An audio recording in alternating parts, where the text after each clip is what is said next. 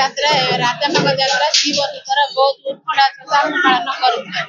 ଏଇଟା ପ୍ରତ୍ୟେକ 2 ବର୍ଷ ଥରେ ଆଇଆର ବାର୍ଷିକ ଉତ୍ସବ ପାଳନ କରାଯାଏ।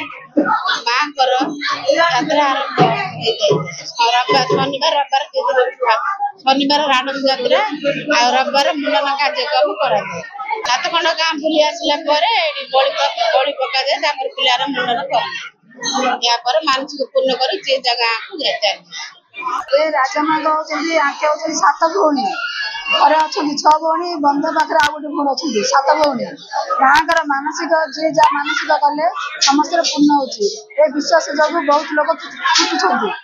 सब जाति आसते तेलुगु ओडिया जहाँ भी सब सर मानसिक पूर्ण होची समस्त आसते। ये प्राचीनतम ये सेवा धर्म क्षेत्र ये हो राजामांकर क्षेत्र। ये राजामा प्रसिद्धता अच्छी एठिकार एवं समस्त संप्रदाय लोक माने एठी रुंड हुवंती जे प्रतिष्ठित राजम्मा समस्त प्रति स्नेहाशीष श्रद्धा आउ सहयोग देउथिबारु तांकर एई कामरे पिला मानकर मंडन पाई समस्त आग्रह हिकि आसुचंती।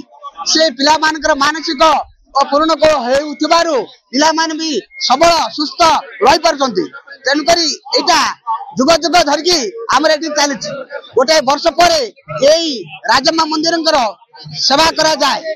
राजम्मा मंदिरंकर पर्व पर्वाणी पालित हुए 10,000 कोन 50,000 मध्ये हेई पारनु। ग्रामवासींकर यथेष्ट सहयोग रहिछि जहा फल कि आज ए पर्व अति शांत धीर भाव निष्ठार सह पालन हेई पारछि। राजमा राज्य जाकर माँ विश्वर माँ यही माँ पाखक प्रत्येक पिलांकर मानसिक हिसाब से नुह परंपरा चुटी पकड़ आसती। ए माटी जी आसी पाद दिए माँ को दर्शन करे से संतान भारी दक्षतार संतान हुए सुस्थता हुए मंगलमय हुए। तेणु ए माटी की 3 वर्ष थे आसती माटी माँ दया करिक जगार अच्छा।